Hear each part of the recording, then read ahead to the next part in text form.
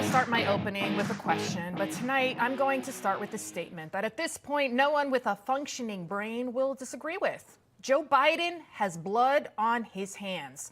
I'm talking about the murder of Laken Riley. The 22-year-old Georgia University nursing student was out for a run on campus when police say an illegal alien randomly beat her to death. Her alleged killer, Jose Antonio Ibarra of Venezuela, authorities say he illegally crossed into the U.S. in 2022 and was released almost immediately into our country due to overcrowding at the border detention center. Shocking, I know. He then made his way to New York City, and of course, why wouldn't he come here?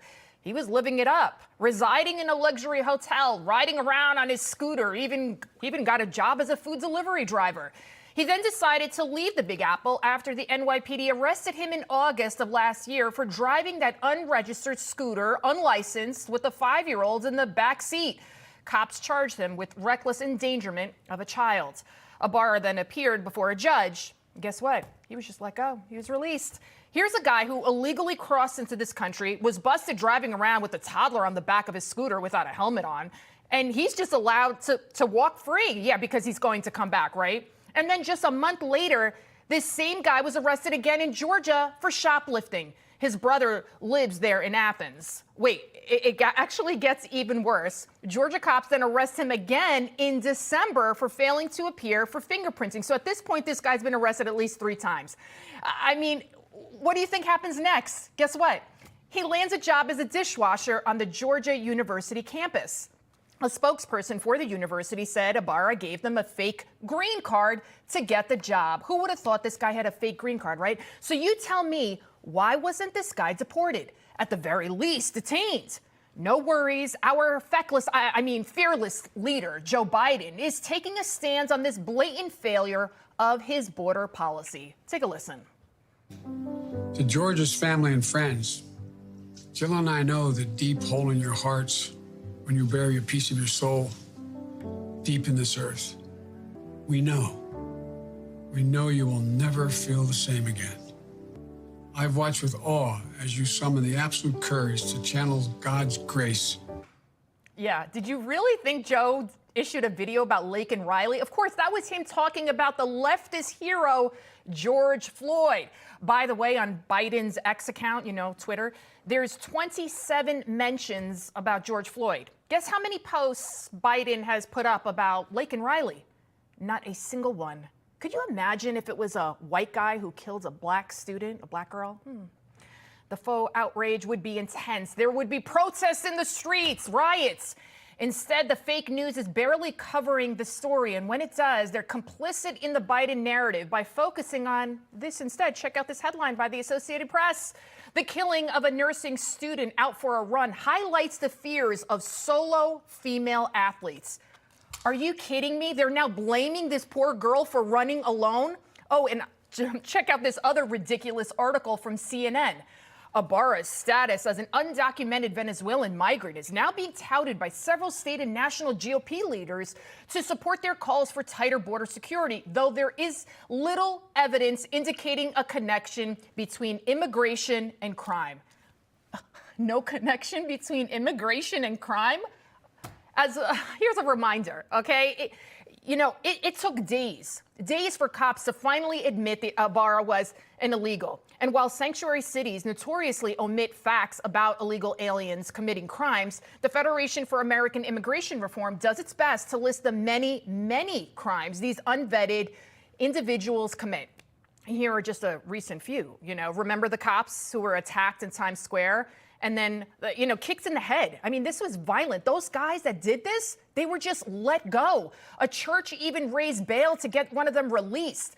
And then how about this? When an illegal almost dragged a woman to her death as he stole her purse. Again, this was in New York City.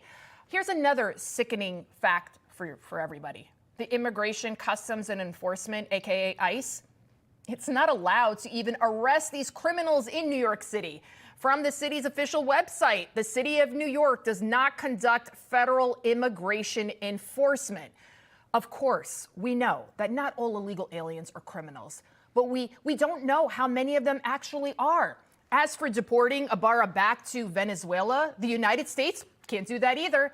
Venezuela is now rejecting deportees. It's been doing this for the past month. President Maduro is refusing to cooperate with the United States, even on the basic level, to take back his trash, because he says that the Biden administration imposed sanctions on state-owned mining companies.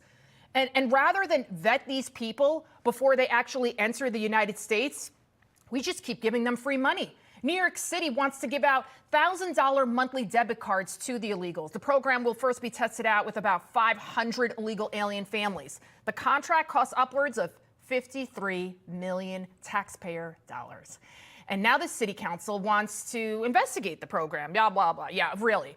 Like, we didn't realize this invasion was also about money. You know the saying, when something doesn't make sense, it usually has to do with dollars and cents. This invasion, this takeover by illegals, it's a win-win for Democrats all around. Everyone is getting their cut of our taxpayer dollars, that beautiful pie, right?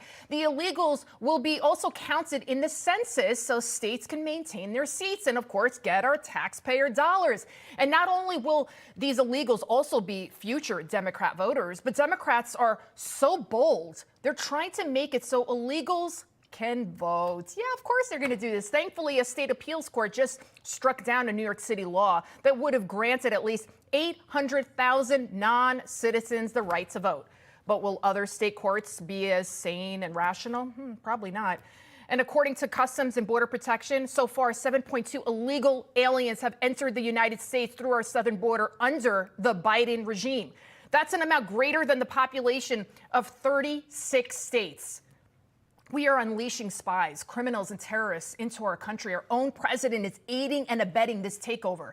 Joe Biden and the other swamp creatures they want to blame the immigration system. But it's Joe Biden who, by executive order, removed almost 100 Trump-era policies that kept the border under control.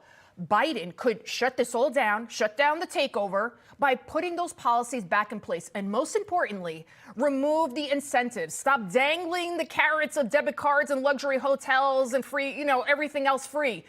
But Joe Biden, he will not do that. Joe Biden doesn't care if he becomes soaked in the blood of innocents, so as long as he and his cohorts remain in power.